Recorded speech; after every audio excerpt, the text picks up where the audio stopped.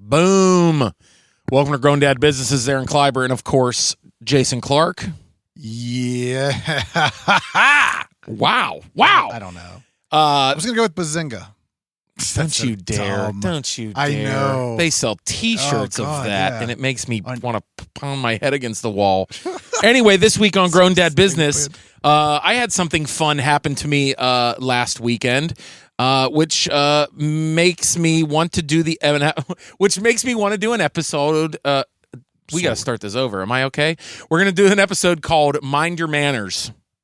And we're going to talk about our pet peeves of rude people and ignorant people, and also people at comedy shows that don't know how to behave themselves at a comedy show. And that's what we're going to get into. We'll probably talk about our kids minding their manners, and adults especially, but mostly adults because our kids are pretty good. So that's what we're going to do this week. Boom. Grown Dad Business with Aaron Kleiber. That's my dad. Hello!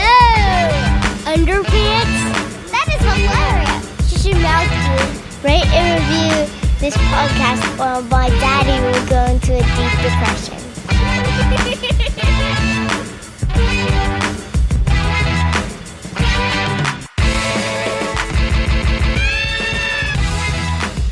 Going Down Business with Aaron Kleiber.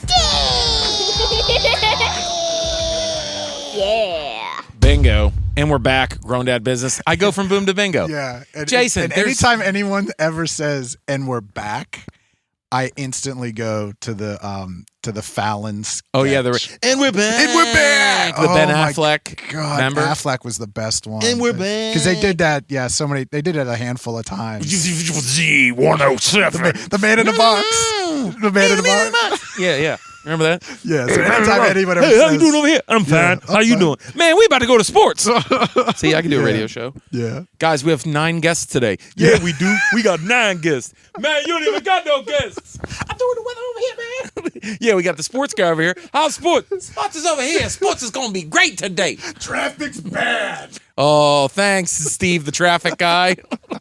He's drunk. Steve is always drunk. Steve, the traffic guy, is always drunk. Ironic, isn't it? It's interesting. Oh, he talks about cars all day, and he can't drive them because he has a DUI. Is that a progression? Because there was a traffic guy on the news here in Pittsburgh that then moved away and then was like an anchor in another town. Is it just a progression? Like that's an entry level to get into the news station? Yeah, I think I'm going to do traffic on the 9s. Yeah, I think so. Yeah, no, I think you just move your way up. Yeah. Yeah, because my friend Jim Loki, you know Jim Loki? That's who I'm talking about. Oh, you talking about Jim Loki? He moved up to I know, right? He's in Boston now. He's in D.C. He's in D.C. now. Yeah. Moving up. He's a good guy. Yeah. Speaks eloquently. He moved quickly. Yeah, but he was the traffic guy. That's right. That's exactly what I was talking about. Yeah, you move your way up. Yeah, Jim Loki. I like him a lot. Yeah. So you basically go from, a host, and then you feature in another town, and then you make your way. And you get it. Now you're the headliner in D.C., Jim Loki. Yeah, pretty much. Yeah. It's he's featuring in Boston. Exactly. Now he's headlining in D.C. Boom. See that? But you got to move around. Doesn't that suck? I mean, some people I think that stay. I mean, I love the news. That's so silly. I know. Yeah, but a lot of people that are on the news broadcast, they did not grow up here. Right. They come back. Yeah, a lot of them, if you see, try to get back. They want to make their way back. That's right. They try to get back to their hometown. Yeah. That's right. Because Loki's, that dude's not from Pittsburgh. I think he is. Is he? Yes. So we'll find him. He'll be back. Yeah. He'll be back one day. I don't know. That D.C. money ain't no Pittsburgh money, probably. Well, you never know. Why are we talking about Jim Loki's career right now? No idea. Grown Dad Business. But you know what? Jim Loki is he's very well-mannered. Yeah. And that's what we're talking about. We're talking about mostly... See how I do that? I tipped my hat to you on that one. Nice way to bring it back in. This episode and next week's episode is brought to you by the Burning Bridges Comedy Festival. Yeah.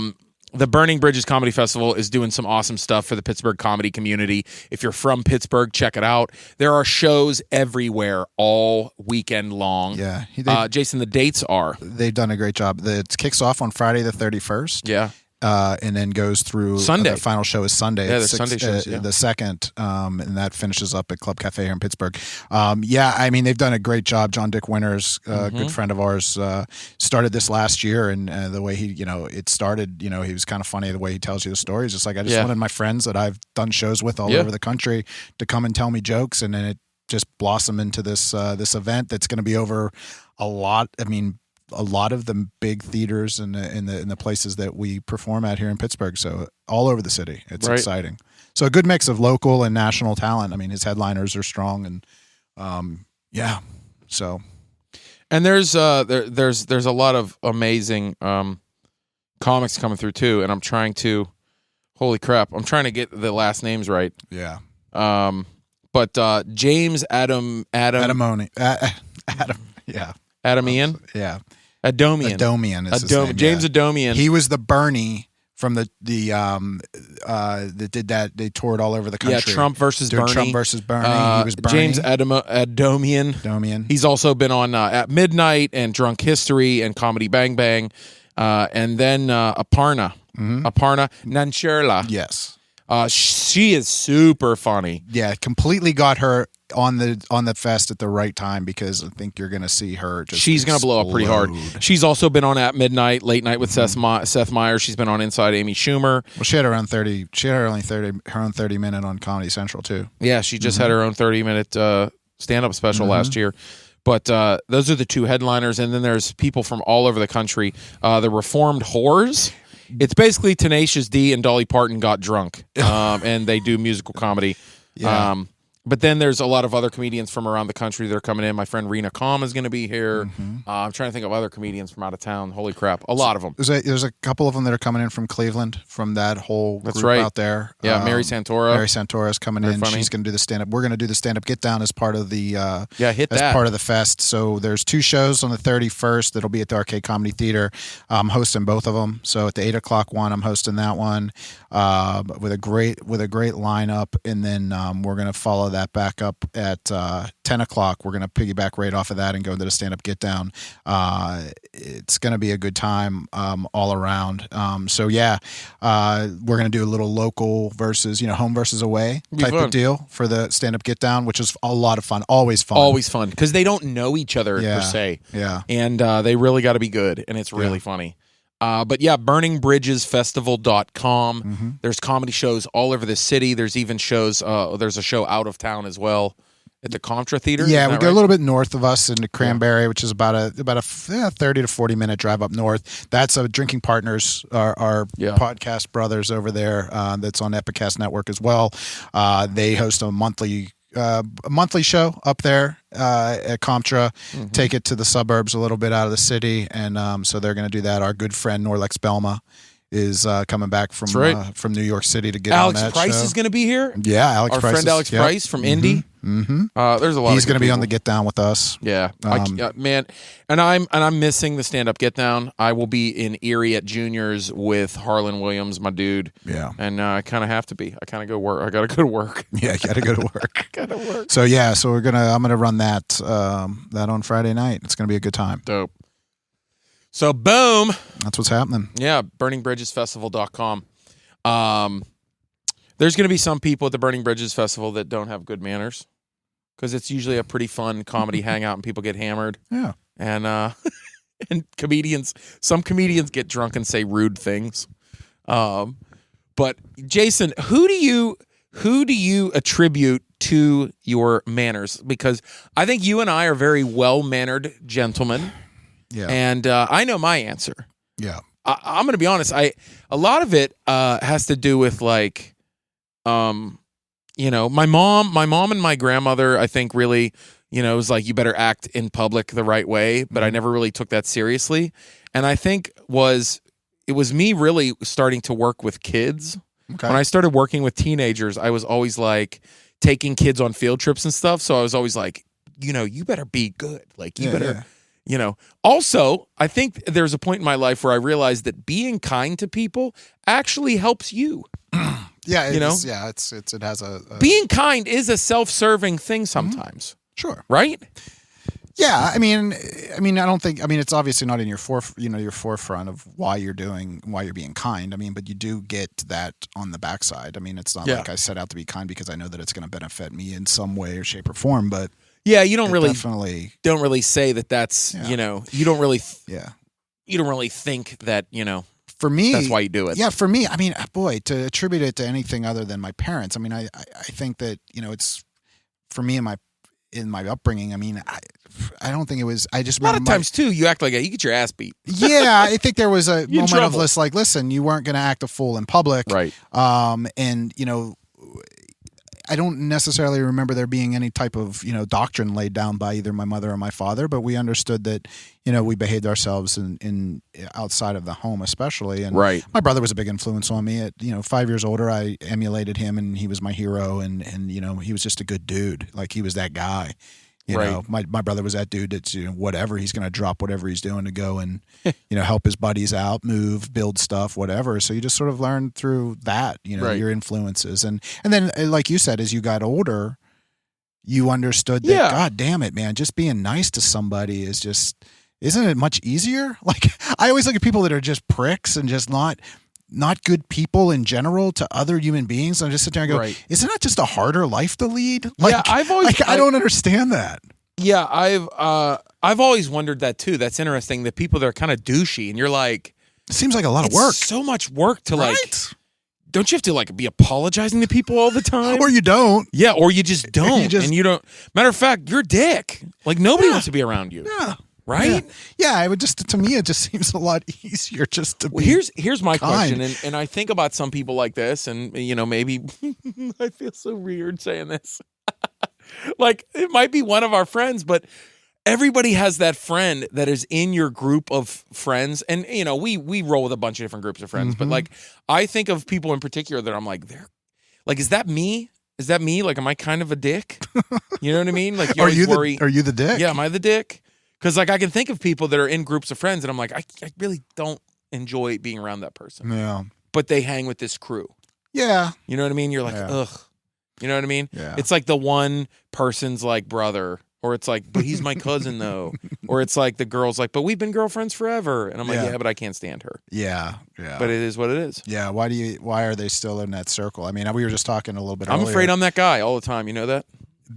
From the saying of, is it ever like that saying where it's just like, there's always that one asshole in a group, and you're like, I don't think there is an asshole in a group, and you're like, oh, that's why, because it's asshole. Me. Mm-hmm. Yeah. I don't even see it. No, I don't think it's you. I think you're okay. I think you're clear. Depends on which circle. I know, right? I don't know. I don't know. But I just had that talk with my son just yesterday. Yeah. Where he had one buddy of his is just giving him a hard time about something that's very important to him. And it just led for me to have that discussion with him to say, hey, listen, man. Yeah. You don't need somebody in your life that's not going to help you achieve what you want to achieve. And we've said this before, cut them. Yeah. Cut them. Yeah. If somebody's bringing negativity to your life. I think it's 17. It's 16, 17. That's hard. It's so important. Everything's so magnified. Well, but he's getting to that point now where he's he's 18, and it's starting to weigh on him. And he's just like, you know what? I'm making some grown-up decisions now. Yeah, I think because when you're at that age, you think, oh my gosh, this is all the people I'm ever going to know my whole life. Right. That's true, though. It's like, oh, this is everybody that I know in the world. And if I get rid of that one person, now I won't have 10. I'll have 9. Yeah. And now, hey, man, guess what? You'll be all right. I'll tell you what. When you talk about your group of friends that you hung out with in high school, and granted, I'm still friends with a lot of people I hung out with in high school, and that's awesome. Yeah. But a lot of people, they're gone. I have nobody in my life that's from high school outside of granted, like I still like the tight knit group that I ran around with per se. I still live near my hometown. Yeah, you know, I still live near a lot of friends that I grew up with. So, I mean, we have, some of the friends I grew up with, we still go to church together, things like that. So, my family does, Yeah. And, our kids are friends with their kids and blah, blah, blah, But yeah, a lot of times too, you think about these people that were so important. Mm-hmm. They were so important when you were like 17, 18. And I would say the same goes with college too. I mean, I hate to say it, but a lot of my college friends we were ride or die. Mm. I haven't even seen, some of them have had kids and I haven't even seen their kids before, like after they were born. Yeah. You know what I mean? So it's like, it's not like, I don't want to say that those people in my life are not there anymore because they were negative. I'm just going to the point where we're on a different path. Right. Absolutely. That's it. And then people are busy, people have jobs, it's not like you're being rude or like you're cutting these people. Yeah. But to get back to what we were saying is it's just like, you got to cut those people. Yeah. Because they're not going to be there forever. cut them now. Right. Why waste your time and energy? And then as an adult, in your life. Yeah, then as an adult, it's just like, damn it, why? Why would I? Why? Shit, I don't dude. have time for this. I've walked away from many situations where I'm just like, listen, dude, I listen. Yep. I walked away from my parents. I know, man. That's They crazy. were not affecting positive change in my life anymore. That's someone crazy, listening to man. that be like, no, that's your mom and dad. No, listen. Yeah. Somebody's going to tell you that you're going to just inject cancer into your veins. No, if there's not a positive feeling, then you've got to make that decision. It's crazy to think that sometimes the people that are holding you back the most are people that should be caring for you the most. Yeah. And that's rough, isn't it? It is tough. That's rough, It's tough. man. I battle with that all the time. Yeah. You know, just in myself, just my psyche of just dealing with the emotions of all of that. Yeah. Yeah, I deal with it all the time. But the Yeah. bottom line is, man, if the upside is far outweighed by the downside, time to flip that up. I mean, so yeah, I think that we're working through a society right now. Jesus. I just feel like, and let's talk about that, because like minding your manners just in public. Yeah. I mean, there is just let's just break this down for a little bit, And then, we're not going holier than thou. I mean, listen, we are friggin' we're a mess. I'm going to talk about some people just in normal life that should really mind their damn manners, and then we're going to get into the son of a bitch of the millennium, the worst, most rude audience member that I've ever had in a comedy show in 8 years of stand-up comedy. Yeah. I'll get to that in a little bit. But first, I mean, just the people that, you know, I'll give you my number one, and this is so funny. This is one of the biggest pet peeves I have of people without manners. When someone does not say thank you. Yeah. Some people have said, "You're kind of a dick." I'm like, I don't care. And what I mean is the way I react. Mm-hmm. And I learned it from my mom. And holler at your boy, mama, this is awesome. Because when my mom used to do this, I'm like, yeah, you tell them. Yeah. You tell them. So when you open doors for people. Yeah. And I think you might have seen me do this before. I hold doors open for people. Sure. And they just walk past and don't say a word. That drives me up a wall. Yeah.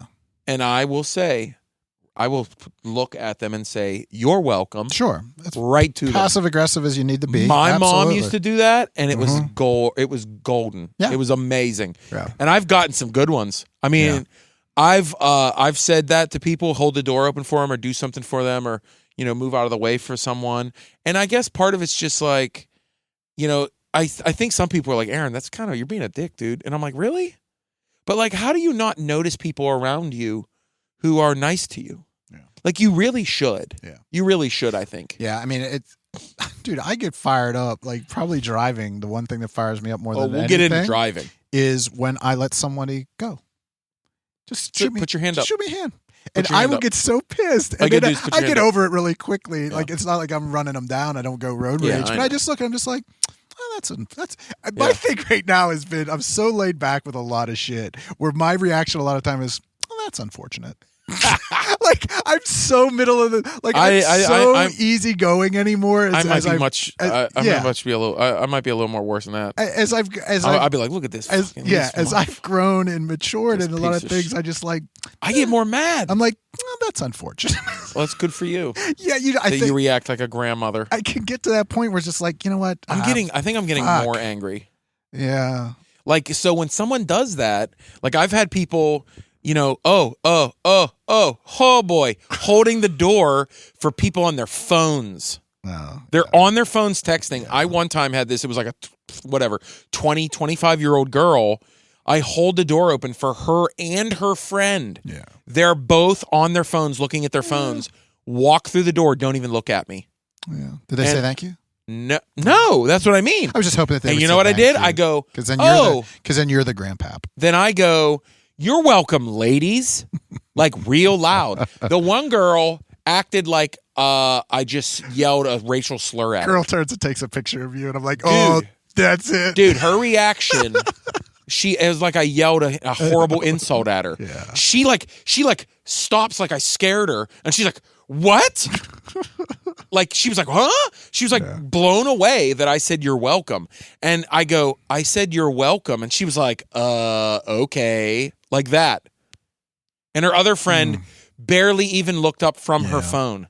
Like that's what I'm saying is this really going to be the dads complaining about millennials? We're dad. No. It's not This isn't a millennial thing. No, it's not. People. I'm getting tired of the whole, the millennial thing. I mean, Jace, no, I'm getting a little. No, I'm not. I am. Just because your kids are good kids doesn't mean they're all other pieces of shit. Well, that's the thing. I think, but there's your kids are in the 1%. You want to start getting down into generations. Not the 1% what income wise. Gen X's are pieces of shit. Gen Y's are pieces of shit. The greatest generation alive is a piece of shit. There are pieces of shit in every generation, and I'm just. Are we renaming this episode?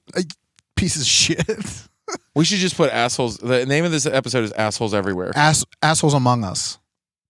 Yeah. Yeah. I mean, because it's everywhere, and that's where I just hate the broad stroke and just be like, these millennials, this and that and the other thing. Hey, listen, who made the millennials?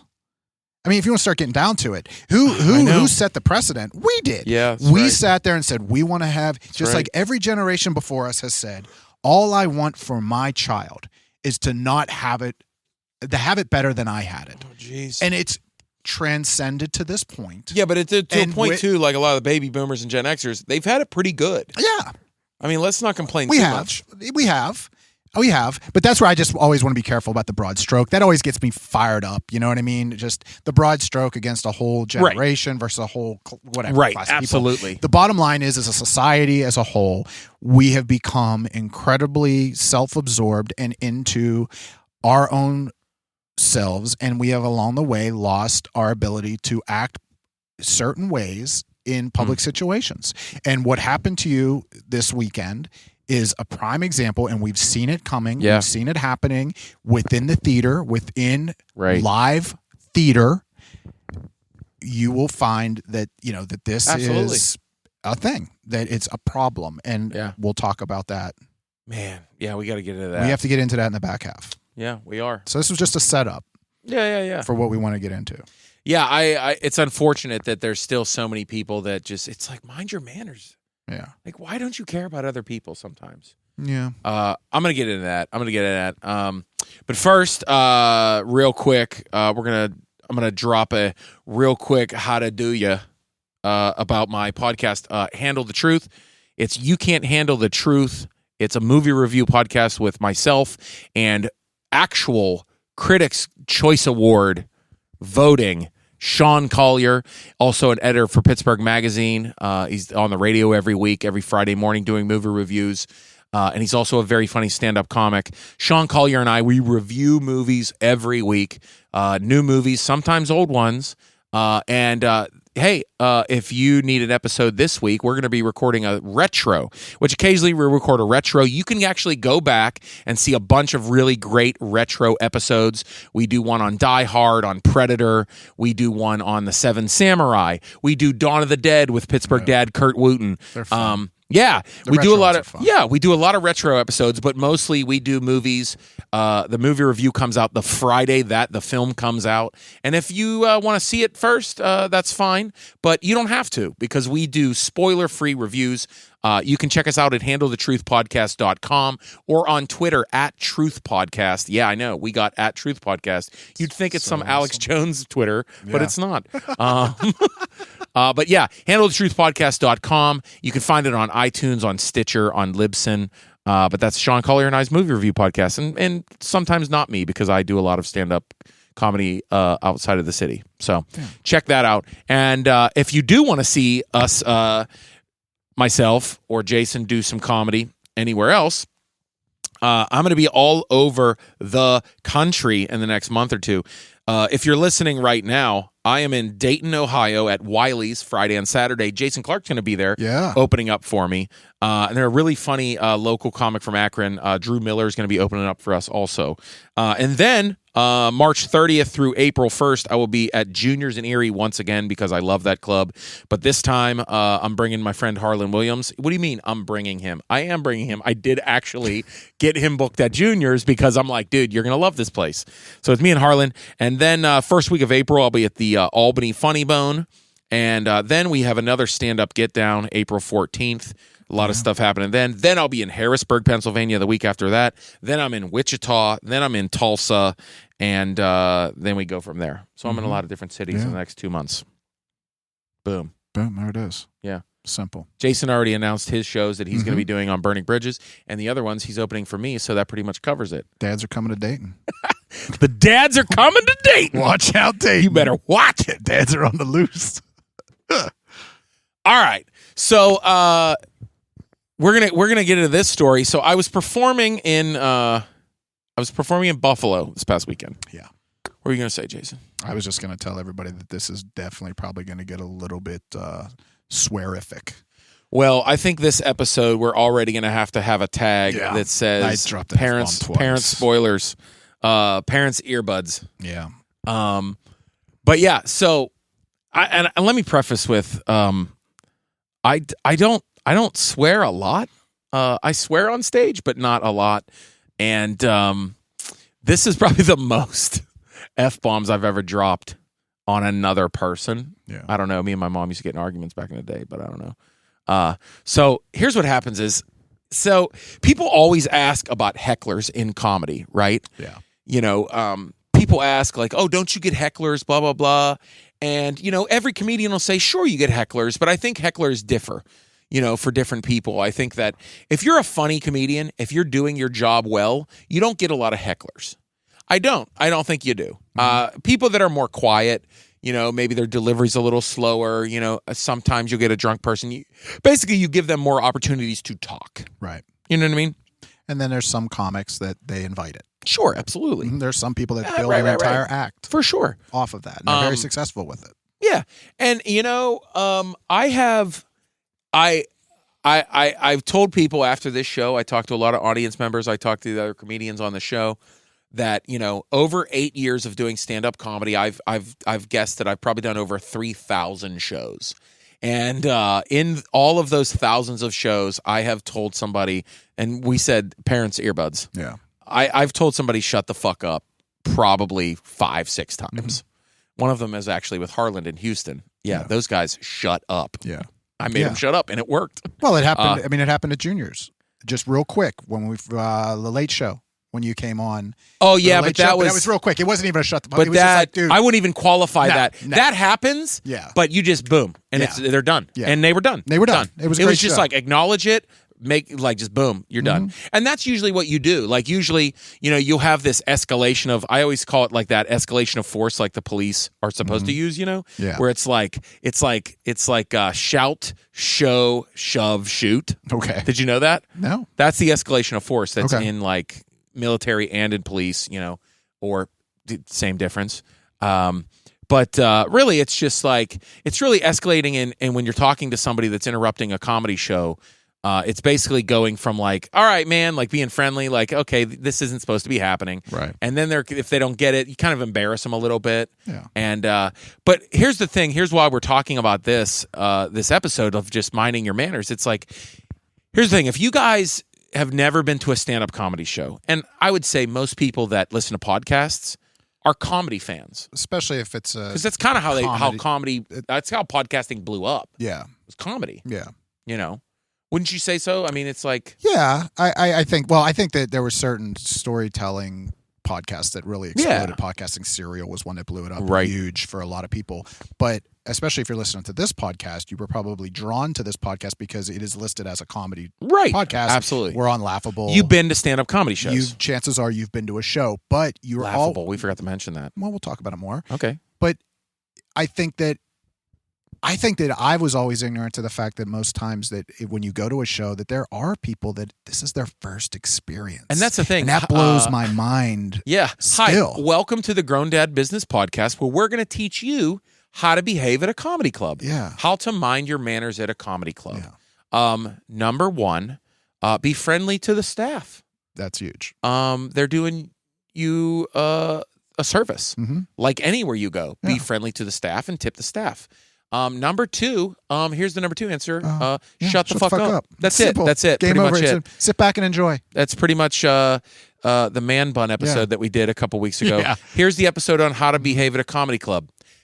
Shut the fuck up. That's pretty much. That was a great episode, Jason. That was good. Yeah, put a bow on it. See you next time. Yeah. Great episode. But it is. I mean, if you don't bother us, we won't bother you. It's kind of the way it goes. You're absolutely right. And here's the thing. People say, oh, but the comedian's talking to me. Okay, cool. Yeah. That's fine. I mean, I say things to the audience. A lot of times you understand that it's a rhetorical question. It is rhetorical. You know, for me to be like, now comedians do ask a lot of questions to the crowd. Speaking of any comedians listening, stop asking questions to the audience. One of Todd Glass's rules, if you open for him, don't ask the audience anything. No. You don't need to ask the audience all these questions, which I think is a great rule. Sure. And ever since I've known Todd and worked with Todd Glass, it does make me think of that now. I'm thinking, why do I need to ask him questions? Well, the setup to your joke should not be asking the audience a question. And I think, partly because also you don't know where they're going to take you. Right. And unless you're not just ready. asking them. If you're not ready. You're inviting them. Yeah. Right. If you're not ready, like you crafted this, right? Right. You wrote this. You honed it. You worked it. You worked it out. And that's then thing. You're going to leave it open for this guy sitting in the front row to take you down a different spend a lot path. of time. You spend a lot of time building up a set, and people don't realize that. Yeah. So what happened is you're in Buffalo. I'm in Buffalo. It's a cool little place. It's Rob's Comedy Playhouse. It's a cool little comedy club. I've always had fun there. And this was the second show. They only do 2 shows on Saturday night with a named headliner or whatever. Sure. A headliner. They bring in a headliner. It's okay, Aaron. You can say it. You're a headliner. Well, whatever. But so first show, spectacular. It was great. I did 10, 15 minutes of new jokes. I was having a blast. The audience was with everything. I was like, wow, that was so much fun. It really was a lot of fun. And second show rolls in. And this weekend already, I was, we were in Erie. I was opening up for Billy Gardell for 2 sold-out shows. Then I go to Buffalo. My first show in Buffalo is great. It's fun. I'm working on new material. Then we get to the second show. And apparently, this guy and his wife and another couple with them, from walking through the door, apparently were just obnoxious. Yeah. And just like holier than thou. Because the waitstaff will let you know pretty quick. They all said that everybody after the fact was like, oh, they were douches since they were like at the front door. Yeah. And I was like, wow, that sounds good. That sounds great. You didn't pick them out and sit them way in the back or something, So what happened is that this dude kept commenting like he was on a radio show. Like, it was like every time the comedians would say something, he would like chime in with a not even close to funny comment or like, or commentary or. So with the host and with the feature, he was interjecting himself into the show from jump. Yeah, which is crazy because the MC of the show was running the comedy club. And now you're thinking, wait, what? Hey, look, sometimes it's smaller comedy clubs, they don't have a lot of staff. They don't want to have too much overhead. So the person taking the tickets and helping seat people, they're going to MC the beginning of the show. And I was surprised that guy let them do that to him. Then the feature comic, really like him. I'll shout him out. His name's Dan Mahoney. He was in New York for a long time. And he's back in Buffalo where I guess he's from, and a really funny comic. Yeah. Really funny comic. And this is no disrespect to Dan. I think I said this after the show. I was really surprised that he took that because he's a seasoned vet. Really good comic. He just sort of plowed through. Yeah, he kind of plowed through and ignored it. And he's a lot more lower, like, speaks easy going, very conversational, Right. But really funny comic. Always like to see him, really funny. And I was really surprised that he kind of talked to the guy a little bit, but the guy was, now that I realize, he was a little intimidating, this guy. And I understand Dan kind of plowing through. I get it. We've all had people that just have table conversation, and it's like, well, they're just having table conversation. They're trying to be quiet. You just talk over them. You just keep going. But this dude was like, yeah, but blah, blah, blah, cigarettes. It was always like, it was a comment on every like joke. He had like a comment on every punchline to where it seemed like Dan even like didn't finish a joke or two. Yeah. Because this guy was talking so much. He is full conversation. Like, yeah, and understand that he's talking to the stage. As an absolute fan of comedy, which we are, in first and foremost for me, that's always been the case. There are different levels of crowds that the participation that they think that they're being a part of. Somebody that feels that same common thread. Right. You know, you have that all the time. I mean, one of the greatest things about comedy is that it relates. Right. And when you're sitting there going, holy shit, that happened. Right. Especially with the stuff we do, a lot of family type of stuff. Right. And that's funny you say that. They want to be a part of it because it makes it hits them in the heart, and they're like, "Oh my God, that happened to me when I was with Sandy last weekend. Holy shit!" Yep. And they want to interject that into the show. And it's funny you said and that's that. hard. It's funny you say that because the first show, I had a great time. There was a lady right up front on my left of the stage, and she was like agreeing with everything I said. Yeah. But it was like and I made fun of her because it was hilarious. Because everything I said, she goes, "Oh, I know. Oh, with the diapers, goodness gracious. Oh my goodness." Like that was her in the first 10 minutes of my set. Like, "Oh God. Oh, give me a break. He is right. Oh, jeez." It was like that. Which is great. It was funny. so funny. Oh my God. And I was just like, you have excitement Tourette's. I'm like, what is the matter with you? And she was kind of embarrassed a little bit. I go, "No, it's adorable. Yeah. It's funny." And everyone was laughing. Yeah. And she contained herself a little bit better. But she was so excited where, it's like everything I did. She was like, "Oh my goodness. Oh boy. Oh, you're right. I don't share nothing with him." Yeah. Like, that's the one I generally will always see that reaction it's from just the crowd like, for you. I mean, but it was so funny. She was super engaged, and she was she was beaming excited. So there's that one side that, there's that thing. And you kind of like it a little bit. You kind of like, you got to bring them down. Right. I kind of mentioned something to her, and she was like, kind of like laughed it, and her table laughed at her, and the audience laughed a little bit. But I was like, "No, I love it." And I think I might even said like, "I wish I could do that everywhere." Like I'd be ordering Subway, and they'd be like, "Oh, look at that! It's the perfect amount of mayo. You're the best." Like, "Oh my gosh, look at this! You guys set the table so nice for this comedy show." Yeah. It's like the aunt that Kristen Wiig plays. Oh my God, the one who can't keep a secret. Yes. Yes. She was like that lady. I just want to say this is an amazing show. You're so funny. Just runs through the wall. But then there's other people. Yeah. There's special people who want attention. Yeah. And now, granted, let me go through a little list of hecklers. You'll have the 45-year-old drunk wine mom. Mm-hmm. She can get a little annoying. Then you get the drunk dad with a camo hat. Mm. That's always fun. Always. Then pretty much they're all drunk. Yeah. Then you get the drunk bro. The drunk bro is never a blast, but it's usually pretty easy to rip on him. Because he's so self-conscious of his everything. You're right. And then it's also really easy to rip on the drunk 22-year-old girl. That's always, but you're not even funny. Really? I'm not even funny? Your one eye is closed shut because there's vomit in it. So also you lost a fake eyebrow and you look ridiculous.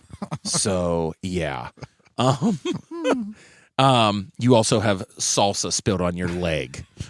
Yeah. Anyway, but then there's I met a new type of rude audience member, and this pretty much the only way I can describe it's the sociopath, like the narcissist. I saw this guy do this through two comedians, ruin their sets, and I was angry already. Yeah, and I knew I was ready to go on. And I knew this guy was going to do something, right? So I thought, all right, well, then I'll just handle it like I normally do. Might have to get tough. You get a little tough. I do the whole dad thing, Mm-hmm. And sure enough, 20 seconds I'm on stage. Yep. 20 seconds. I'm not even getting through like, "Hey, Buffalo, I like you guys a lot. I love Buffalo. I love the Sabres growing up." Yep. No. It's dude, boom, right in. And I'm like, I'm like, this motherfucker. Yeah. I go, I can't believe this dude. Yep. Already going in. And, you start off by like, "Hey, man, like I appreciate, you're having a good time, but like, blah, blah, blah, blah, blah, He don't care. So then I'm like, all right, let me just embarrass you a little bit. Then you try to make fun of him a little bit. Like, nobody thinks you're funny, and everyone's trying to listen to the show. Now, granted, I sped this process up a little bit because he's been being a dick the whole show.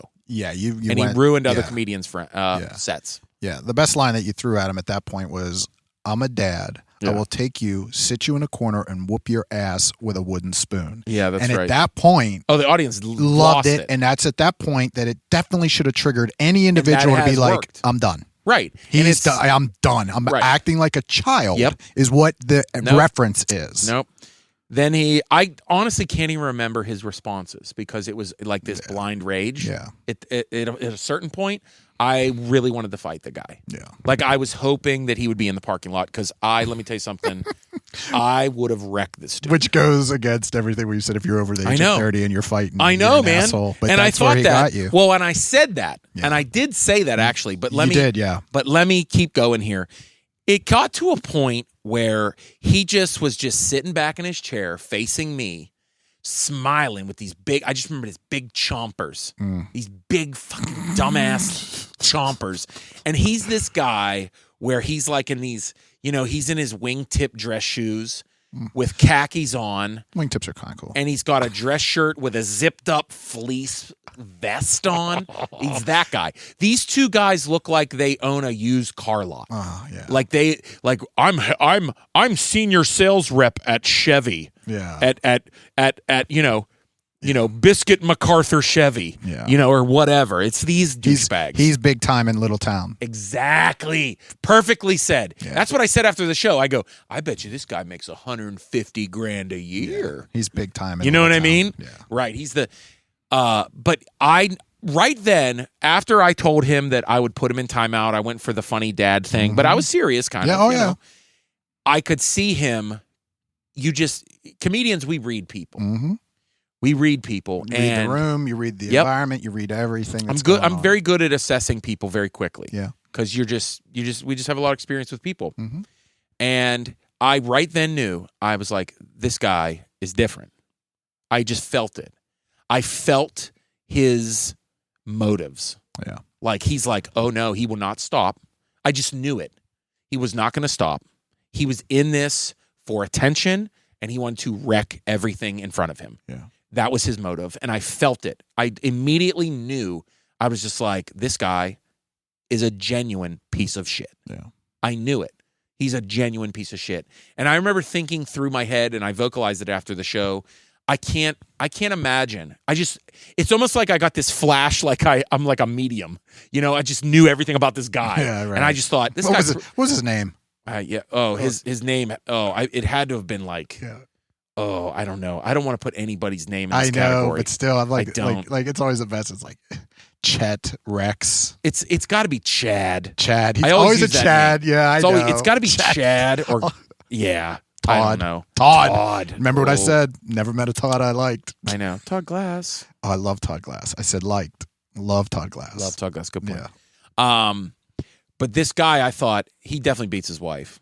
Definitely. I mean, this guy is a piece of work, man. Yeah. Piece of work. And I remember all this, because when you're a comedian, you think of 10 different things. Yeah. And I'm thinking, I can't imagine being this guy's neighbor. Yeah. This guy's co-workers. And I've obviously listened to the audio, and you let me listen to it, and we went through it together a little bit. And there is a point where you said to the table, because there was somebody that says, I work with him or I do dealings with him. So somebody what had an happened, account with him. Yeah, so let me explain to you. Something. So he just keeps going. And I don't even know how to get specific. Yeah. But he just keeps like, boom, boom, boom. And here's where it just gets where it just turned into white rage. Just blinding white light rage for me. Because it initially dropped off. And I tried restarting. You got back in. I tried being like, okay. Here we go. Time for some Are comedy. you guys okay? Yep. And he goes, oh yeah, I'll be fine. Like real, like something like that. Yeah. And I'm just like, this motherfucker. Yeah. And then I try to get started, and here he goes. Mm-hmm. And now I'm angry. Well, I was angry, but now he keeps going. And now his wife is putting her arms in the air, clapping, cheering him on. Yeah. Go, and baby, go. Yeah, you heard it. And his buddy is pounding on the table like, get him. You're getting him. Mm-hmm. And I'm just, at that point, I was just like, shut the fuck up. Yeah. It's like, what is wrong with you? And that's when I went in honestly. Yeah. I went in honestly and was like, you are a grown man. Yeah. And this is what I'm talking about. about behaving around in public, people around you, being considerate. And this is what I threw at him. I said, you're a grown man and you're going to come into a public place and make something all about you where everyone in this room paid for tickets to see a show, and you're ruining that for everybody. Right. And that's when I'm pointing to the audience again and like, do you guys like this? Is this funny? And they're like, no. Yeah. They're like, no. Like, they're not enjoying this. And his wife is like, he's hilarious. And his buddy's like, and I'm like, is he like this all the time? And his buddy's like, yep, every day. And I'm like, oh, great. Yeah. Great, you're on his team. That's wonderful. Yeah. And it's just, I was just like, you're a grown man. Like, what is wrong with you? You're so selfish. And I remember him saying something like, I don't give a fuck. He said something like, I don't give a fuck. Or something like that about like, when I said to the room, he goes, whatever, something like that. And I just remembered that was it. That was it for me. I was like, you're such a terrible person. Yeah. You're such a terrible person that you want to derail this whole show. Yeah. Because you need attention? Right. You're like a 45-year-old grown man. Like a sociopath. Like you said. A sociopath has no idea of anything around him. Yeah. And only what he sees and he's enjoying. Yeah. I mean, it's amazing. And it's funny because there was a dude next to me that I was talking to later in the show that the MC was talking to a little bit. He's like this buff dude, right? And he was like, actually, I'm an accountant. You know what I mean? Oh, yeah, and it's funny. Yeah. Because he's a buff dude, got tattoos, Yeah. got a big chain on. He's like, I'm an accountant. Well, he said, I know those guys. They're one of my best clients. And I was like, oh. And I actually apologized after the show. I said, hey, if those guys, you work with them or whatever. He goes, not a big deal. You did what you had to do. Yeah. And I said, I appreciate that. But then what happened was it came to a point where I heard his friend. They started murmuring. And I heard his friend. And I don't know if you can hear it on the audio recording. I could probably get it enhanced or whatever. I don't know. Do some Born Identity shit to it. But he's like, I heard him call me a fat faggot. Yeah. And that just, you already, then that is the perfect mindset of who they are. Yeah. Like if you go to insults, like corny insults. Oh, yeah. Okay, I get who you are. The one thing you're a garbage person. The one thing But that you do hear on the audio is him saying, "Have you told your parents that you're gay?" Right, and that was what's funny. Let me explain. That's as they're going out the door. Let me explain where that comes from. Yeah. Because when I heard him say blah, blah, blah, fat faggot, and I was like, y'all got to go. Yep. Because at first I said, the dude that was doing all the talking and his wife who was cheering him on, y'all got to go. Yeah. You're going to have to go. Yeah. And they're like, oh, come on, blah, blah, blah. And I'm like, if you guys don't shut up, and I believe I might try to start again, and then could not, went back. That's when the dude's like, fat faggot, blah, blah. And I'll go, that's it. You all got to go. You all got to go. I was like, because at this point, I cannot do this for 40 minutes. No. Now I don't even want to look at you. Right. Like I can't have. There's a whole part of the room that's shut off for you. Yep. There are tables around them that are mortified of them. Yeah. I mean, there are people, no joke, that have they like turn their shoulders away, like they don't want to even like look at these people. And there is a They're moment, so scared of these. And people. there is a moment for you as an audience member that is embarrassing. It's hard. You don't want to watch it. Like I don't want to be a part of this. We went out. I'm out with my wife on a date night. Yeah. We're out with my friends. We're having a good time, and we want to have fun. And now all of a sudden, I'm in this uncomfortable situation. And listen to this. Created by these people. Out of like the 100 people, there were 15 people there that I guess won tickets in a fundraiser. Yeah, they paid like whatever $200 to raise money for some fundraiser, and they won 15 tickets. This huge group over here, they won tickets to this comedy show. Yeah. And now they got to deal with this. Yeah. Like they thought, oh my gosh, we get to, reap our reward and go see a good show. Sure. And they picked a good one. Yeah. I'm a fun comic. It's fun. Jason, I'm a It's fun a good comic. night. Yeah. Yeah. And Dan and Mahoney, who featured for me, great comic. Yeah.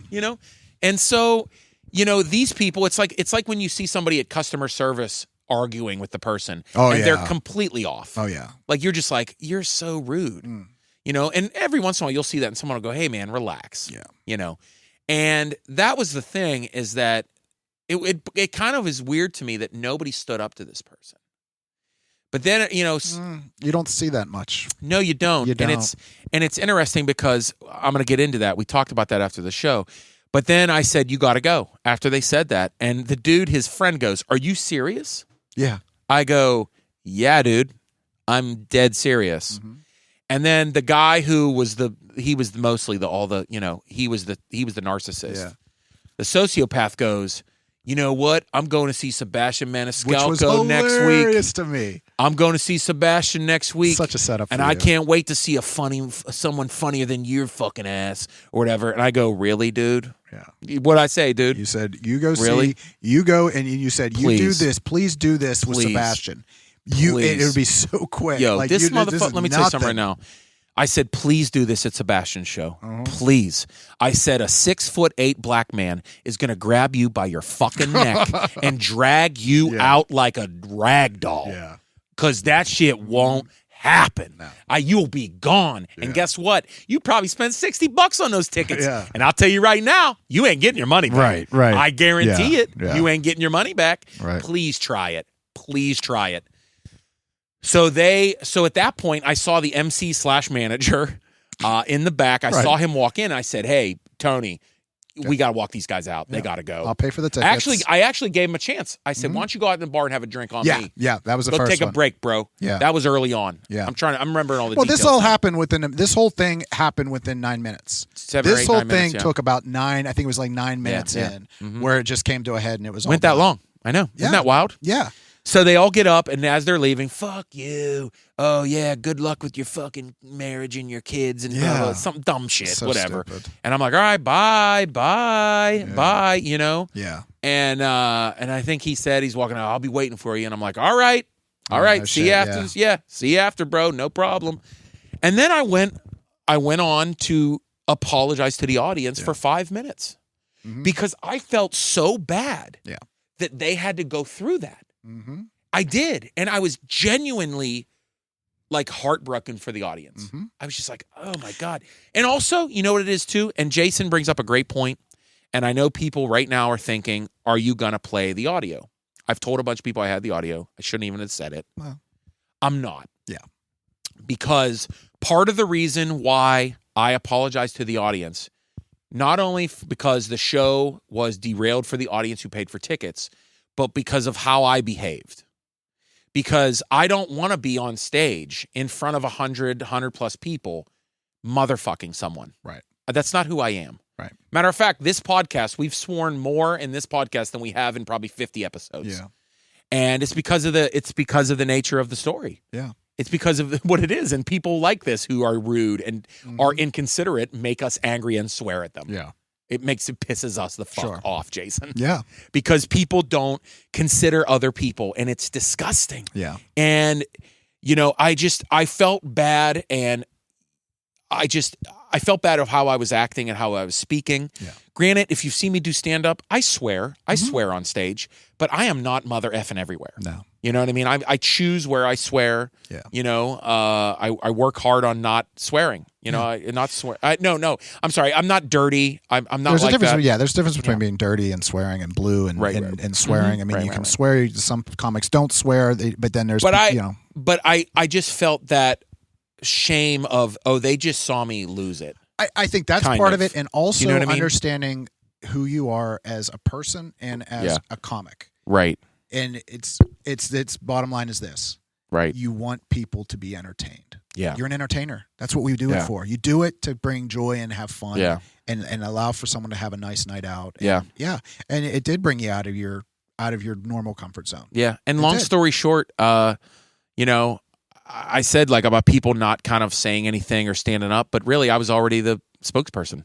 I was the dude up front with a microphone, and They didn't just say anything. it was really only my job because it's a small club. They're already running a small operation, great club, but you know, they're bringing comedy as best as they can, you know, and it is a great room. And they don't have the resources to have 4-door guys like some of these big corporate clubs. And that's understandable. And well, you just had to deal with it. Yeah. So, you know, if you go to a comedy show, there's only one rule, and that's shut the fuck up. That's it. Yeah. So Chad from Buffalo, you are whoever you are. son of a bitch. You're the son of a bitch of the year. Yeah, you just, I mean. Absolutely. Jason, you are not a son of a bitch. You're not a son of a bitch. I appreciate that. That's a good point.